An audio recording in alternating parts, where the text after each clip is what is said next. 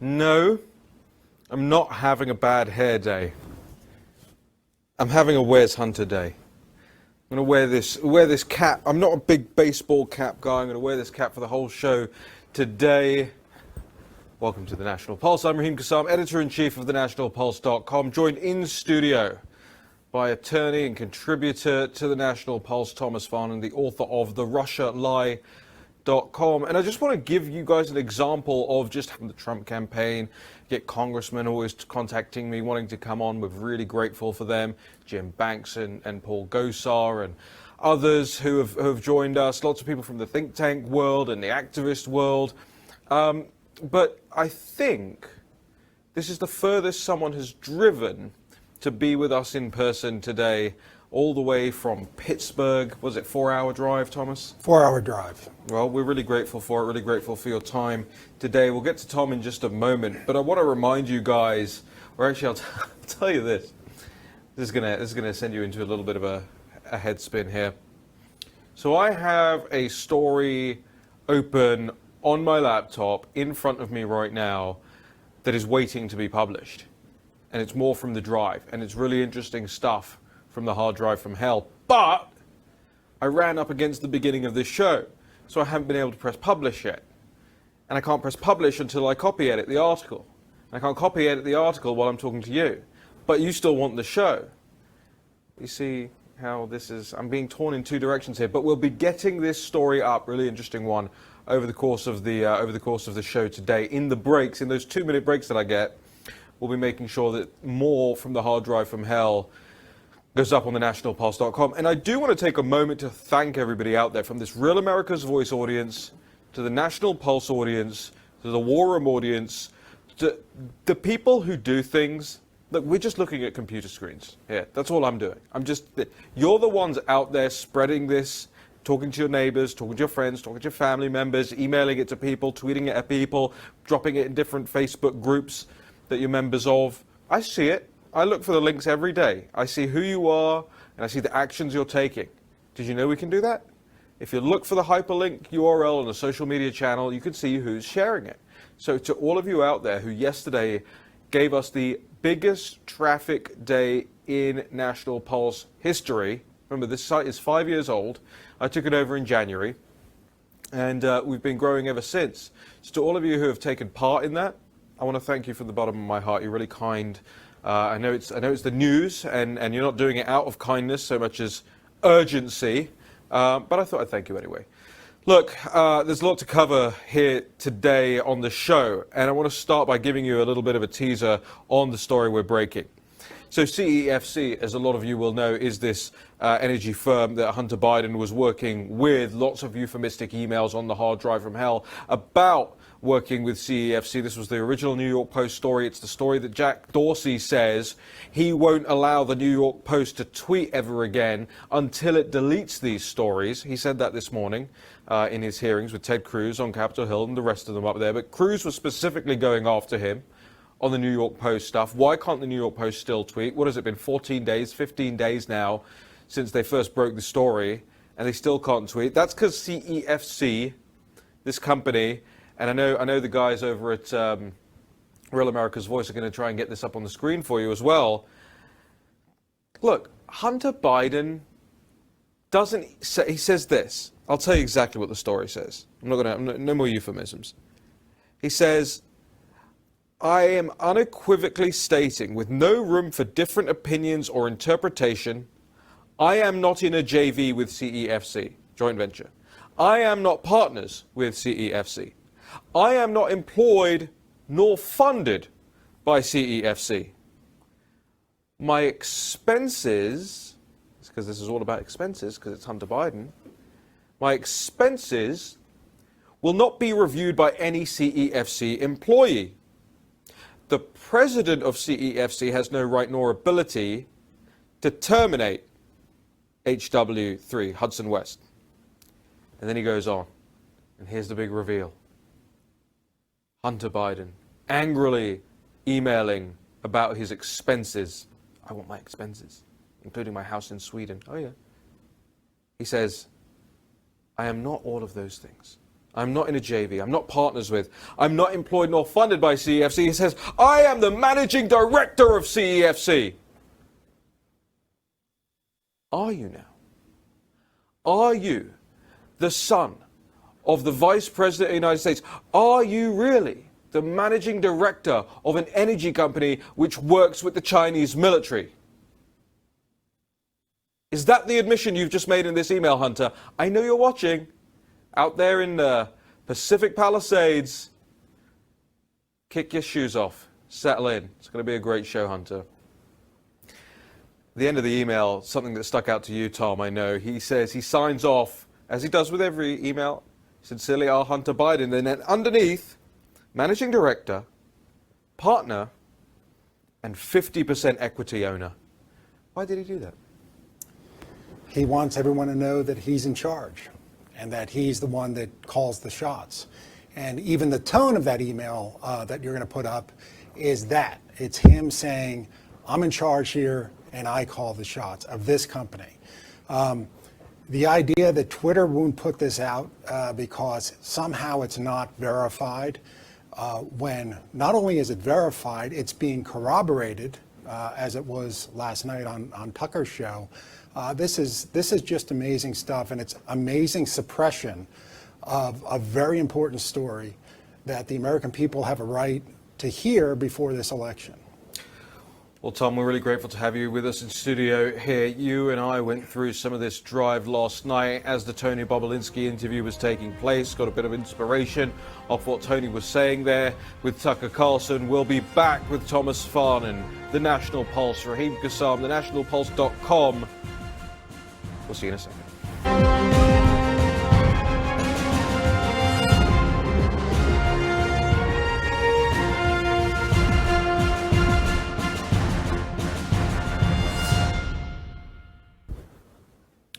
Welcome back to the National Pulse. Grateful for everybody in the live chat who give me live feedback on the show. We're working on releasing this story right now that you, this audience, just got the premiere, the exclusive on Hunter Biden throwing his weight around in these emails with his CEFC partners.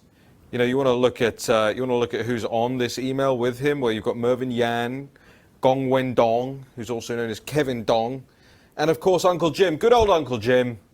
Uncle Jim's always on those emails. Uncle Jim's always doing the deals. Uncle Jim's buying. Remember I told you? Do you remember I told you guys 10 days ago? Uncle Jim was the one with the US Virgin Islands property. Remember that? On Water Island? We talked about that. Why did I talk about that? Why was it relevant that Jim Biden was flipping properties in the US Virgin Islands on Water Island? And why is the media, over the course of this last summer, out of nowhere, by the way, nobody was making, accusations back then of what Joe Biden was potentially doing in the US Virgin Islands, whether maybe his kickback account was based there, maybe they were flipping properties, maybe he had some properties in a trust somewhere. Who knows, right? Who knows? These are just interesting. It's just interesting. I'm not making any allegations. It's interesting how in these emails, all these family members, including Joe, or Peter Henderson as he goes by in these emails. Peter Henderson, Stingray, is emailing Zillow links, property links around the family. Same thing as the rest of the family do. Are they buying all these properties? What's going on here? We're going to get to the bottom of it. I want to turn now to Thomas Farnan. He's the author of The Russia Lie, which you can get at therussialie.com. Thomas, really grateful for you joining us here in studio. So one of the reasons I wanted to bring you in here, and I jumped at the opportunity when you offered to come down and take a look at this drive with me, was there are so many people out there who's still living under a rock, tweeting at me going, this is fake, this is obviously not real, otherwise, CNBC would be covering it and ABC would be covering it. And so I wanted to show it to you. You're an attorney, you're a smart guy. I wanted to show you and get your vibe on it. What do you think? Does it look real to you? Yes, it looked very real. It's Federal Rule of Evidence 902 talks about self-authenticating documents where you can overcome an objection in federal court when you present certain documents. And I think a lot of these are self-authenticating. I think they're also corroborated. They may not have been corroborated on the day it was first produced. You had Rudy Giuliani saying we have a chain of custody here. It was abandoned at a shop, and people were questioning that story. They didn't have any reason to question it. It was a very solid story.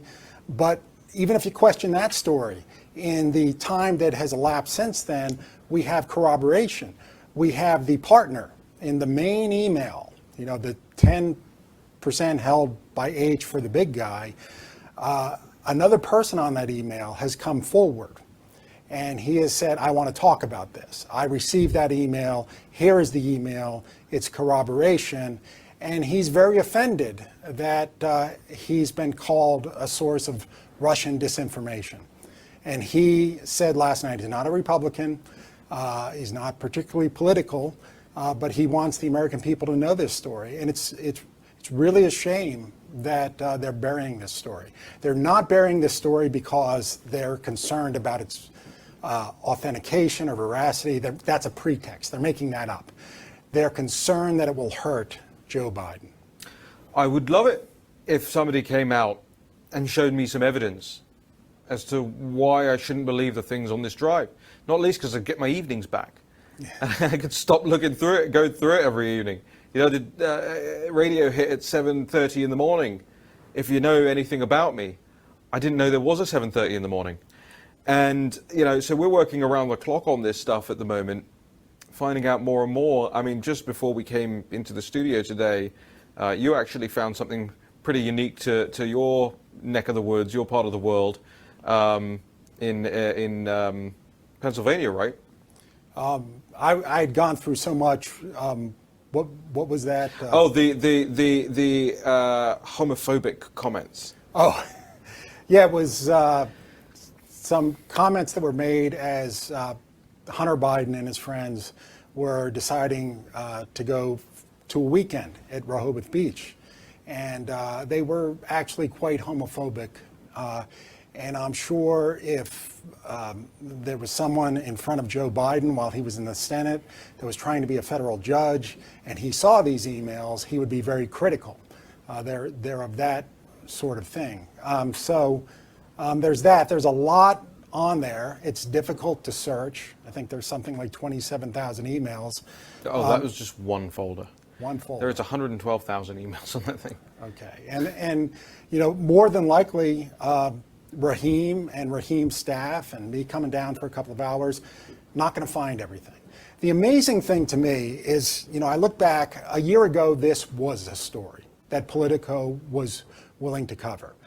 There's on August 2nd, 2019, Politico runs a story called Biden Inc. And the subheadline is, over his decades in office, scare quotes, middle-class Joe's family fortunes have closely tracked his political career. And it goes through a lot of these connections. And they turn to Joe Biden and they say, can you give some kind of explanation? And he says, I have no knowledge of it, and I'm not involved at all. Right. And we learn over the last week that that's not true. He has knowledge, he's involved, he's the big guy, he's very involved here. And that should cause more questions from the press when they've been lied to like this. It should cause a feeding frenzy on this issue, but it hasn't done that. And that is an attempt to affect the election. Look, I get that there are all of these, and we're going to go to a break in just a second, but I get that there are all of these DC media organizations that are in the tank for Biden, right? But you would think that somebody, in fact, let me do it this way so that we can grab a clip for social media. I'm talking to the journalists in Washington, D.C., and on the campaign trail. Your boss is maybe in the tank for Biden. You may even vote for Joe Biden. I know you're liberals, most of you. But where is that little spark of journalistic integrity? Do you remember how you felt when you were studying journalism in New York, wherever you studied it, and you just thought, yeah, I'm gonna expose the bad people in the world and the bad things that are going on? Remember that feeling? That tiny little niggling feeling? Just tap into that for a second. And if you want to come over, bring a bottle of wine, we can go through the hard drive together. We'll be right back in just a second.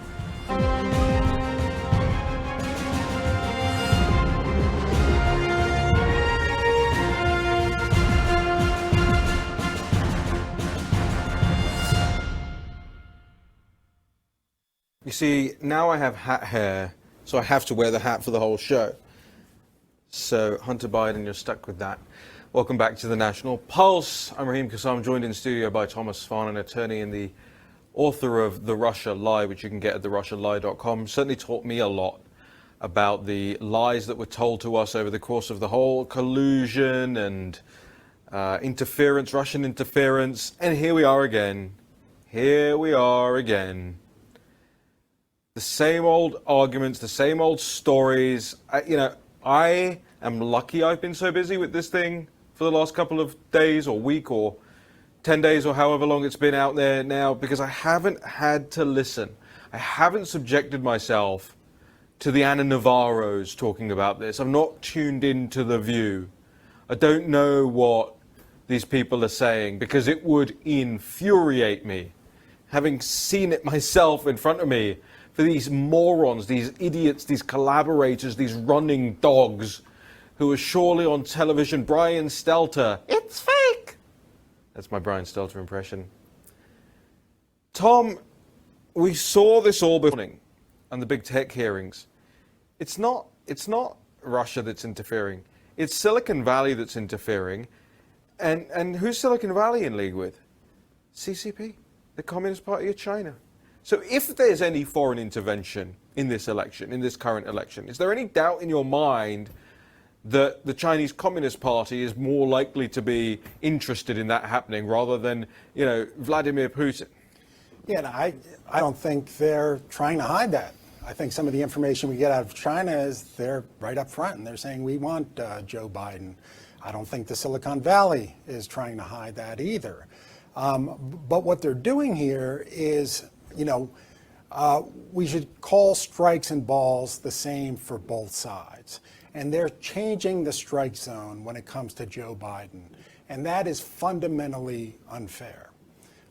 Had any of this happened to Trump or his family in the weeks in advance of election, it's all you would hear about.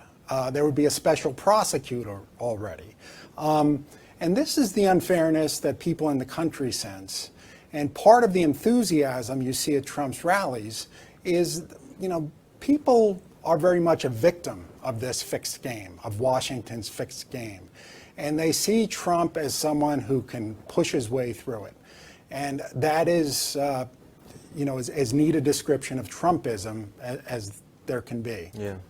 We were in the car on the way over here. I said to you, there needs to be something like a great reform bill, a great reform act right now. We were driving past the Capitol building, and I hope you don't mind me telling the story. You say it. What did you tell? What you turned to me and you said, when you used to have this patriotic reverence for these institutions as a kid. I said, we drove by the Capitol building, and I come to Washington, D.C. every couple of years. I came in 6th grade with my family. Most people in the Northeast do. And you have a patriotic reverence for these things, these sites, these buildings. And I looked at the Capitol, and I didn't have the same feeling. You have a feeling that there's just something corrupt. Something amiss, right? Something amiss, yes. Yeah. And Trumpism, the embrace of Donald Trump, is an attempt to send an outsider in to somehow change it, to somehow address it. Right, and because that's what it requires. And the idea of a great reform bill, a great reform act, and I don't know what the policy prescriptions are on this, and I'm not going to try and tell Americans what their policy prescription should be on this, right? But whether it's term limits, whether it's lobbying restrictions for people who have worked in the House, and I don't just mean members. If you choose to go and work for a member and you're his chief of staff or something, you should not be able to go flip straight back into lobbying that same office. I don't know. Maybe there's a First Amendment argument in response to that. I don't know. But whatever it is, there needs to be this list of 10 things that the president and his team put together as a proposal when he gets reelected, as a proposal for, hey, okay, we rode the storm of the Russian disinformation, of the impeachment, of the laptop not being covered, all of these falsehoods, all of these narratives. We rode all of that. Now is the time for great reform. Now is the time for great reform. That's what I think the president needs to say in his speech on January the 20th at the inauguration. The the last one was American Carnage, right? You remember that? Yes. American Carnage. This American Carnage stops here. They have worked so hard over the last 4 years, I know, to stop the American Carnage. And specifically, Carnage was talking about the mass exploitation of jobs and the opioid crisis and people and the wars abroad and all of that was just ripping the heart out of American towns and cities and ripping the people, the children, the young men and women who were being sent off to those war zones, ripping them out of those towns and cities. So the American Carnage stuff worked, and it was the right thing for the right time. I think now is the right time. We're not about necessarily tearing down these institutions. Listen, I think if you have to do it, you're going to do it. Americans are very good at doing that when they want to, right? My country knows that. But the first idea is to reform them, is for great overarching reform of these organizations. What say you? Yes, and the first way to reform is to hold those who are responsible for things like the Russia lie, where mediocre bureaucrats took control of tools that we had put in place to essentially fight the Soviet Union and use them politically against a political candidate and then against the president. You have to hold them accountable. They have to be prosecuted. And it can't be just a couple of FBI agents who did the most obvious things. This story has to be told. And if there is a great disappointment out there in the heartland among Trump supporters, is that we've gone years, and we know the story. I wrote a book on the story. It's a short, readable book, and you should go to the Russian Lie and the Russia Lie and read it. We know the story. The dots are not hard to connect. Some prosecutor should connect the dots. There should be a report. There should be prosecutions. People should be held accountable. Should there be a special prosecutor right now for the Biden laptop, for the Hunter Biden laptop? I think the purpose of a special prosecutor is to investigate. And whenever the idea of a special prosecutor is broached, the other side is sort of shamed, like, what are you afraid of an investigation? Right. So, I don't think much can be investigated between now and Tuesday. It would be a statement on Trump's part that this is very serious and maybe a way to get the media to finally cover it. The fact that the media is not covering this is the story. We're going to go to a quick break here. Why don't you, in that break, head over to thenationalpulse.com/swag.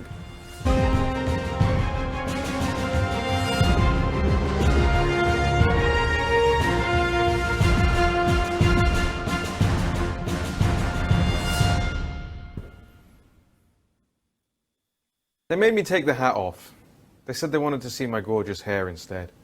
So here you are. But we've got the hat here. We got the hat here in studio. It stays on the desk. There's no censorship going on here. They just love the hair so much. So who am I to argue with them? Welcome back to the National Pulse today. We do have a lot of breaking news. One little nugget of information that I think is interesting as well is that how good friends we are with Citizen Free Press and Kane of citizenfreepress.com. I always recommend everybody check that out as a great news aggregator. Kane writes to me in the break. He says Bing, which is, I believe, Microsoft's search engine. I don't use Bing, but apparently Bing has removed Citizen Free Press from their search results. Even when you search for Citizen Free Press on Bing, it doesn't come up. Now, I'm not sure how big Bing is, but that's abhorrent as far as I'm concerned. So don't use Bing. Don't use Google either. I use DuckDuckGo. I find it to be much more safe. Tom, you're in from out of town. I'll ask you about your impressions of DC in the scene in just a moment. But I'm interested in the audience's interest in Pennsylvania. The Trafalgar poll yesterday actually showed the president taking the lead in Pennsylvania. You're seeing a lot of rioting taking place right now, which I believe can only help the president, but nevertheless, it's not something we like to see. So what's going on? What are your thoughts in your home state? There's a palpable feeling, and people feel very strongly, one way or the other. I'm not sure that I trust the polls because I think people are also holding their cards close to their vest. There's so much political controversy now that I think people have decided that they want to go in the poll, they want to go in the voting booth and cast their ballot. I don't even know how these polls take place. What, do you get a phone call and someone asks you for information? Yeah. We're all conditioned now to not cooperate at that moment. My phone rings 7 times a day with someone trying to do that for some reason or another, and I'm conditioned to say no. So I don't know how effective these polls can be. They might be effective, but I think my read is that Trump will win Pennsylvania, but I don't know. That's just a gut feeling. I had the same gut feeling, and I published it back in 2016. I was one of the few people that said he's going to win the Rust Belt and win the election, and I knew that's what he was trying to do, and that's what he did. And he's making the same play this time. I just want the audience to know that right before we walked into the studio today, Tom hands me, in fact, throws onto my lap, a bound folder of all the articles you've written, right? Over the last, is it just 4 years or something? Yes. But it's massive. You have been a busy boy over the last, and this isn't your job. No. You're an attorney. But yeah, I'm a full-time practicing attorney, and I started to do it in 2016 to sort of, I was reading a lot from people in Washington and New York about what people in Pennsylvania feel. Right. So I'm a guy in Pennsylvania. I understand what we feel and why we feel it. So I wrote from that perspective, and I was one of the few writing from that perspective, and I'm certainly one of the few that predicted the election the way I did. Don't you think it's wonderful? We drove past the Washington Post building earlier. Don't you think it's wonderful when somebody in that building writes about how you're feeling out in Pennsylvania? It's magnificent to see that. I remember the same fundamental misreading and arrogance that comes along with it was what won us Brexit effectively back in early 2016 or mid 2016. You had these liberal lovey reporters living in £1 million apartments in Islington in North London, fancy pants place, writing articles for the Guardian newspaper that only the teachers read, right? It's that kind of paper. And they're writing about how, manual labour workers feel in Sunderland, in Newcastle, and how fishermen feel in Hull. They had absolutely no earthly idea what was going on. Do you sense at the moment that anybody has their finger on the pulse in the national media, commentators that you see on TV or that you read in the papers or anything like that anybody has their finger on the pulse with this? The one guy that usually has his finger on the pulse actually is the president. I think he reads the tea leaves, better than most. I think someone like you, the National Pulse, you understand what's going on and why it's going on. But I'm not out here calling elections necessarily. Here's the thing. There are people who are paid an awful lot of money, the Nate Silvers of the world, to prognosticate over the results of elections. And I just don't, we had the late Pat Cadell. He was on the old Breitbart News Daily show with me and Steve Bannon all the time back in 2016, in the run-up to 2016, before Steve went. I don't understand very often what they're saying or why they're saying it, but I think what is happening. For instance, this Hunter Biden laptop. The media can try to bury it all they want, but people know about it. People are sharing it. People are sharing the stories, and there is a network out there where people are gaining the necessary knowledge on these issues. Yeah, I think that's absolutely right.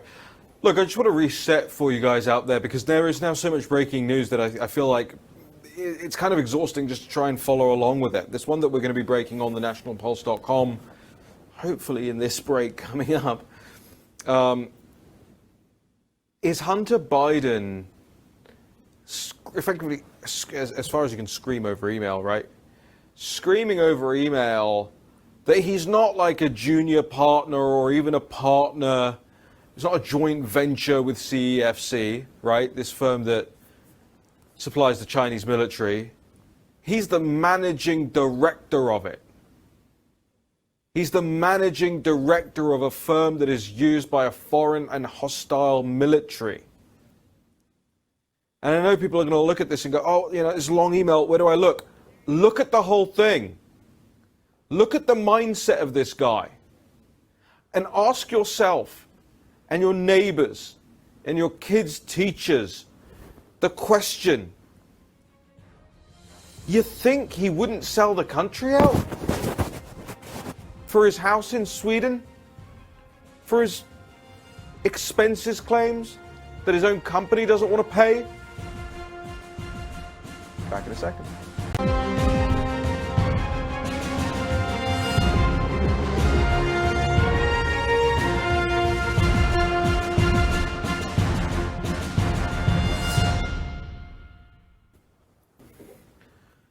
I was that close. I was that close to hitting publish. And at this point, I'm not even teasing you. It's a problem for me because I need more copy up on the site. I was that close to having finished editing the article about CEFC and Hunter Biden. And then we had to come back from break. So in the next break, I assure you, we'll get this done. Welcome back to the National Pulse. I'm Raheem Kassam, editor-in-chief of thenationalpulse.com, and I'm especially grateful to those of you out there who are sharing this show, making sure we reach more people every day. The audience grows, and we're grateful for it. You can find us on Roku, on Apple TV, on Pluto, on Comcast in Chicago, on the Dish Channel 219. You can find us on YouTube when they're not throttling us and chopping up my audio and hiding the show from people like they did yesterday and some of today. Okay. And I'm really grateful for those of you out there who go out to find us. And I just want to make mention once again of our lovely Where's Hunter hat here that's going to rest on my table. Not just for the rest of this show, maybe until we find Hunter, or maybe until this issue gets taken seriously. And Jack Maxey and the War Room team, and I'm in touch with them constantly, the research that's going into this thing, they got more as well. They've got entire folders of wire transfers that they're going through and pouring over right now. So we're going to have some news for you in the morning at 10 a.m. on the War Room also. Stick around here on Real America's Voice for more after this show. But for now, I want to turn back to our guest in studio who's come 4 hours to be with us today, which is technically you're 8 hours. No, I have to go back back tonight, right? Yeah, you got to go back at some point. Thomas, really grateful for having you here. And you wrote this awesome book, which really taught me a lot, The Russia Lie, right? And people can get that at therussialie.com. I actually know it's not incredibly searchable on Google and whatnot either, so we're fixing that live right now to make sure that more and more people can see this thing, because I think they have to. And it was how many weeks ago that you came on this show, and I said, look, why is the Russia Lie important now, while everything else is going on? And you said, because you've got to understand that to understand this. Right. And I didn't even expect, that they would go to the well one more time, and they did. This laptop came out. They need a way to cloud attention, to distract attention, and they pulled the Russian disinformation thing again. Adam Schiff did it, and that had many effects. One of the effects is that it shows us how silly the whole idea of Russia interference always was. It's just a pretext. It's something they're using to distract attention from things they don't want people to see. And they did the same with the Podesta emails. Right. But it really upset Hunter Biden's former business association. What's his name? Bobulinski? Yeah, Bobulinski. Bobulinski, yes. And they went to the well once too often because that was the straw that broke him. He didn't like being associated with Russian disinformation. He said that very clearly on Fox last night.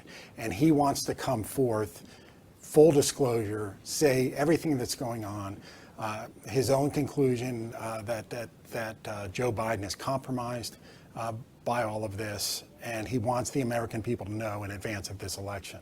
Do you work as a defense attorney or the prosecution mainly, or?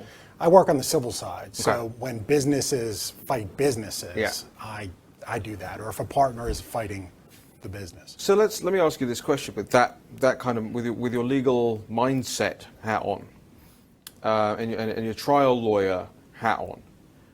If you hear Bobulinski going on to the biggest television show in the country, and he says that, you said plausible deniability, right? Plausible deniability to your face.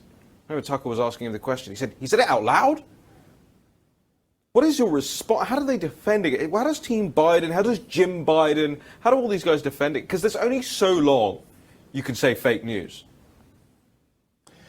The way that they typically defend against it is they find the person making the accusation, they do all kinds of research about the person, and they try to destroy him. But this person seems particularly well suited for that. He's ready for that. He's very You don't go on the biggest national television channel not being ready for that. right. He's very competitive. He was a Penn State wrestler, and he's very offended by what they did. So I think they've sort of met their match on that one. I don't think any of that's going to work, and I think he's going to persist with this stuff. And So then what did he say? Well, then what did they say? He lied. He was out of his mind. He was drunk. My client never said that. He misheard. Well, they still probably have plausible deniability. I'm not sure they do, but you know, however they structure these transactions, they're going to do it in a way that it's going to be very difficult to connect to Joe Biden. And he's going to say, I don't know why that email says what it does, but I have nothing to do with this. I have $30,000 in the bank, and that's just the way I am. And they've structured these in such a way that you would really have to dig deep. You would have to have investigatory power to figure out what they're doing. But from 20,000 feet or even less, it looks like they're selling influence to make money. Right. That's what's happening. Tom, we're going to go to a break in about 90 seconds, but I want to bring you back to something that you've said a couple of times now. It pricked my ears up, because I had no idea that Joe Biden was going around pretending to be some kind of working man. And I didn't realize he was selling this message. You know how campaigns, they target different messages to different parts of the country. So I don't see what you see. There's no ads in DC of Joe Biden with a lunch pail, you know, whistling his way off to work. But that's the way he's trying to present himself to the Pennsylvania audience. Yes, he says he's from Scranton. He spent some part of his youth there before moving to Delaware. So he presents himself as Lunch Pail Joe, the working man. And sometimes his diction even changes, you know, at the time of the election, so that he sounds a little bit more like the working man. And I'm sure he, you know, tested the word chump before he used it, because it's a word the working man uses. And that's how Joe Biden does it. He's pretending to be a ham and egger. But when you have this kind of business with China, for this much money, he's not a ham and egger. He's not a working man. It pulls the mask off the Lone Ranger, and that's what they have to avoid between now and Tuesday.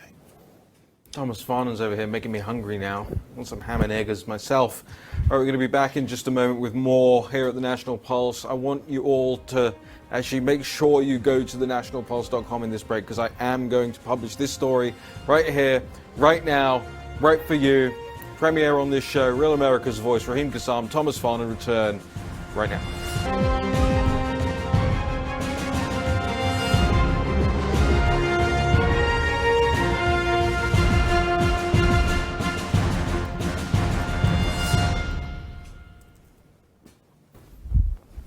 I did it. I did it. I literally just did it. I was obviously not, that was just theatrics, but I did it. We've published the headline. Welcome back to the show. The headline is sometimes the hardest and most fun part of this. So this is the story of Hunter Biden that we're breaking here on the National Pulse, exclusive to the National Pulse. Go and do what you did yesterday. Go break the internet with it. Share it to everybody. Get it. Here's one that never let me share to their website anymore, is Reddit. Go throw it on as many Reddit channels as you can. I can sense that they are censoring National Pulse links. Go and do it yourselves. If you're on Reddit, make sure you try and get it on there. Here's the deal. Chump, as Joe Biden would say. Huffy Hunter expenses emails. This is the headline I've gone with. Huffy Hunter expenses emails. Biden claims he is managing director at Chinese military-linked firm, demands massive cash reimbursements. I realize I may have been phrasing something incorrectly, by the way. It's not a house in Sweden. It's the House of Sweden, which is a lavish office building here in Washington, D.C. He's begging for all sorts of expenses claims back. Hunter. Was it the Huntmeister? Yeah, I think that was in The Hunkmeister. Hunkmeister. Referred to himself as the Hunkmeister in one of these emails we're going to be dropping tomorrow. Hunkmeister, listen to me. Expenses claims get denied when you're expensing for things that aren't legitimate. He goes on a rant in this email. I'm going to read it to you right now. Mervyn and Kevin. Mervyn Yan and Gong Wing Dong, that is. Gong Wing Dong, that is. Mervyn and Kevin. The House of Sweden is my DC office space. It will be reimbursed. As for CEFC accountants going over my expense report, I will personally sue you and Kevin, the accountant and the accountant, if you forward my expense report to them. I am sorry to be so direct, but for the final time, I am not in business with CEFC. I have never been a partner with, nor an affiliate of CEFC. I am amazed that my fellow board members do not see the inherent conflict such an arrangement, if true, would create for the chairman and Mervyn and Kevin and Jackie personally.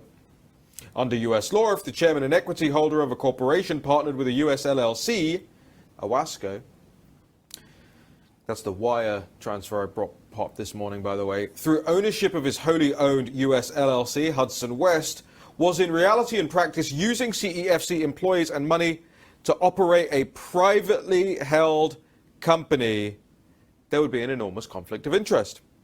The notion that you and Kevin and Jackie are insisting that such an illegal scheme is in fact your understanding of how this company is organized, well then I would say, in light of the ongoing investigations, you should not be surprised by warrant being issued relating to this. This is how he talks to his business partners. That is why I am stating unequivocally, with no room for different opinions or interpretation, I am not in a JV with CEFC. I am not partners with CEFC. I am not employed nor funded by CEFC. My expenses will not be reviewed by any CEFC employee. The president of CEFC has no right, reason, nor ability to terminate HW3. I am the managing director of CEFC. I have complete authority as to who I hire and who I fire. I have only employees that work for me in DC. Reimbursement of expenses is not a matter for the board. The decision lies with the managing director alone. If you refuse to sign the wire, Kevin, I will have you removed from the board for unjust obstruction of equity holder rights. I am the only equity holder on the board.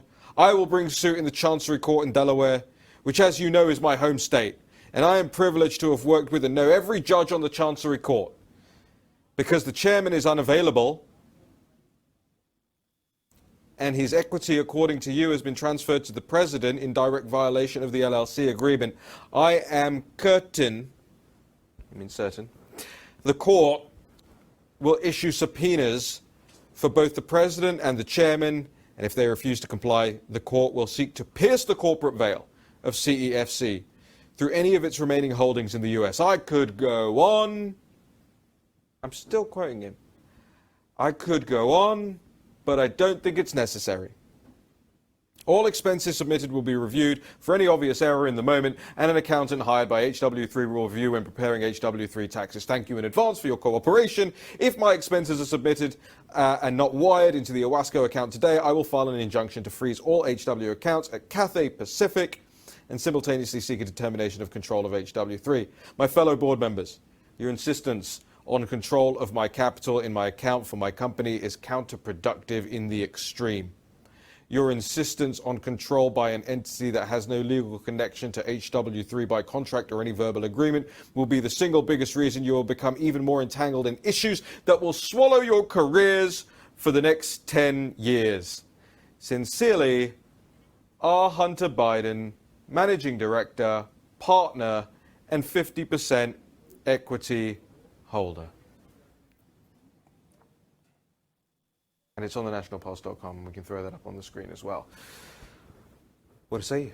We've got 2 minutes here, Tom. You know, there is so much there, and it requires and demands further digging.